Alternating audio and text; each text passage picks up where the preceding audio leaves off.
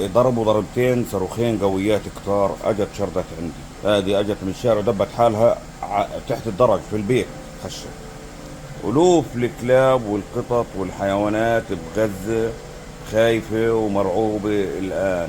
In the midst of the devastating war that engulfed Gaza on 7th of October 2023, the Sulala Animal Rescue organization has continued the work they started in early 2000. زي ما انتم شايفين مع جفاف وعنده مشكلة يعني. طبعا احنا الحين بدنا له اكل لحمة، وهاي الكلاب حاليا بتاكل الحمد لله. طبعا من اول يوم احنا مسيطرين على طعام الكلاب وطعامهم وتشريبهم للمياه، جهزنا لهم المية كمان بزيادة. وهاي الحيوانات بتاكل وان شاء الله ربنا يسلم الجميع. الامور صعبة كثير عندنا في البلاد. Sulala founder Saeed Al Err couldn't bear to witness stray animals suffering from hunger in the streets. In 2006, he turned his daily feeding tours into the first registered animal rescue organization in Gaza. Sulala has been displaced multiple times, forcing them to relocate and adapt to the ever-changing circumstances. Once supported by a small group of volunteers and Saeed's family, the organization now solely rely on Saeed and his family due to the intensification of the war. He evacuated to another area in Sderot that wasn't under threat yet, each time taking 120 cats with him and 30 dogs. Saeed found some kind of open courtyards and he put the dogs there. There's like 30 dogs there, 20 disabled dogs, and he made inside this courtyard, he also made a tent where the cats are staying right now.